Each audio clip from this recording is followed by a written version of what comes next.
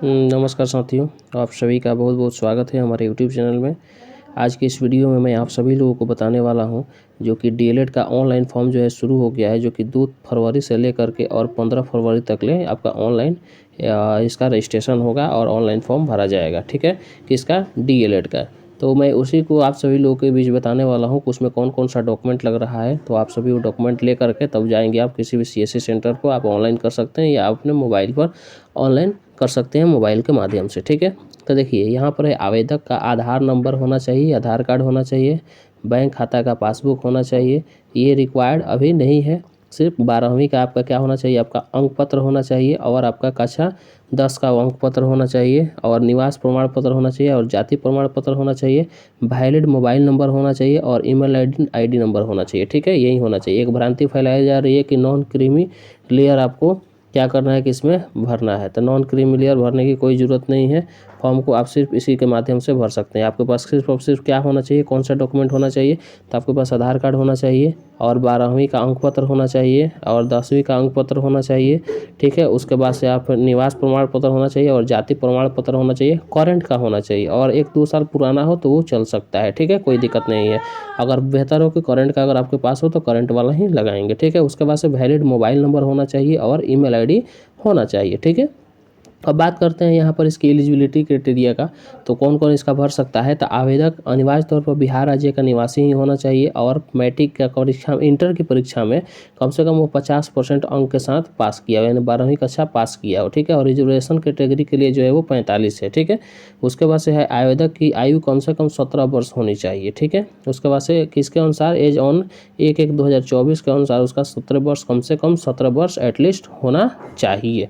और यहाँ पर आप सभी देखेंगे कि इसका डीएलएड का एंट्रेंस का एग्ज़ाम पैटर्न किस तरीके से रहेगा। तो देखिए इसका एग्ज़ाम जो रहेगा वो आपका 2.5 घंटे का रहेगा, यानी 2 घंटा 30 मिनट का रहेगा। Exam mode online CBT mode में रहेगा, कंप्यूटर बेस्ड टेस्ट होगा आपका।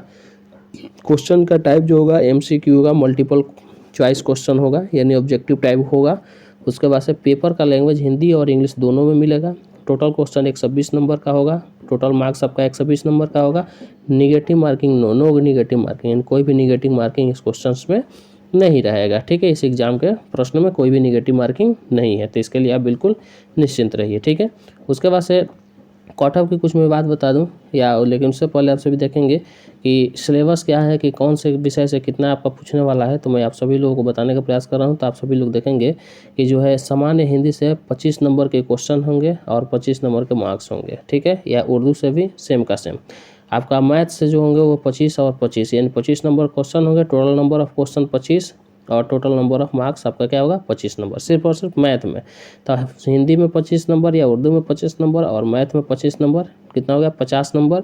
और फिर विज्ञान से आपके 20 नंबर के प्रश्न पूछे जाएंगे और उसके बाद से आपका सामाजिक अध्ययन से 20 नंबर के पूछे जाएंगे, इंग्लिश से 20 नंबर के पूछे जाएंगे, रीजनिंग से 10 नंबर के पूछे जाएंगे। ठीक है, तो और कुल मिलाकर ये आपका 120 क्वेश्चन हो जाएंगे और 120 क्वेश्चन के लिए 120 मार्क्स हो जाएंगे। ठीक है, और इसमें रही बात कि आप कितना प्रकार के कट ऑफ आपका कितना आ जाएगा, तो आपको सरकारी कॉलेज लगभग वो मिल सकता है। तो मैं आपको बता दूं कि जनरल और ओबीसी के लिए आप सभी यहाँ पर देखने का प्रयास करेंगे कि यहाँ पर दिया है कि category wise highly accepted cut off marks for Bihar DElEd result best download link यहाँ पर आप सभी देखेंगे। तो कुछ पिछले वर्ष के एग्ज़ाम को देखते हुए कुछ कट ऑफ आप सभी लोगों को बीच यहाँ पर बताया गया है कि जनरल के लिए आपका कम से कम 75 से 80 के बीच कट ऑफ होना चाहिए, यानी मार्क्स आपके पास होना चाहिए। 120 में से कम 75 से 80 मार्क्स आपको आने चाहिए। ठीक है, ओबीसी वालों के लिए 70 से 75 हर हाल में आना चाहिए। ठीक है, और एससी के लिए आपका कम से कम कितना होना चाहिए 60 से 65 होना चाहिए। एसटी के लिए भी 60 से 65 होना चाहिए। ईडब्ल्यूएस के लिए भी 70 से 75 होना चाहिए। पीडब्ल्यूडी के लिए आपका यानी 50 से 55 होना चाहिए। तो इस प्रकार से आपका जो आप मार्क्स आप लेकर के आएंगे तो आपको सरकारी कॉलेज मिलने के चांस बनते हैं।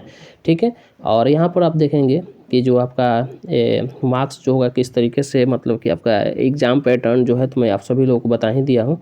ठीक है, और यहाँ पर आप देखेंगे कि क्वालिफिकेशन मार्क्स जो क्या होगा कि मतलब क्वालिफाई करेंगे आप डीएलएड में, मेरिट को तो बात अलग की बात है, तो कम से कम 35% आपको लाना होगा यूआर या जनरल के लिए। ठीक है, और रिजर्व कैटेगरी के लिए कम से कम 30% मार्क्स आपको आएगा, तो बस उसमें डीएलएड में क्वालिफाई कम से कम बताया जाएंगे। ठीक है, उसके बाद से देखेंगे कि अप्लाई आप लोग कैसे कर पाएंगे। ठीक है, तो अप्लाई करने के लिए आपका तरीका क्या है, तो सबसे पहले आपको क्या होना कि बिहार डीएलएड के ऑफिशियल वेबसाइट पर आना होगा। ठीक है, बिहार डीएलएड के ऑफिशियल वेबसाइट पर आना होगा। वेबसाइट पर आने के बाद से click here for new registration का आपको आइकॉन्स दिखेगा, उस पर आपको क्लिक करना होगा।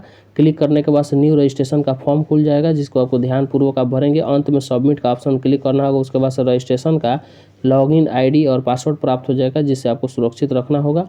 और पोर्टल में लॉगिन करने के बाद इसके बाद से आपका सामान्य जो एप्लीकेशन फॉर्म खुलेगा, तो उसको आप ध्यानपूर्वक पूरा जानकारी जो भी होगा आप उसको दर्ज कर देना होगा। दर्ज करने के बाद से मांगे जाने वाले जो भी दस्तावेज होंगे उसको आपको अपलोड करना होगा। उसके बाद से आपको आवेदन शुल्क का जो भी भुगतान होगा वो ऑनलाइन माध्यम से करना होगा। अंत में सबमिट का बटन क्लिक कर करके और रसीद जो मिलेगा उसको प्रिंट करके सुरक्षित अपने पास रख लेना होगा। ठीक है, तो मिलते हैं एक नई वीडियो के साथ, तब तक thank you, thanks for watching my video.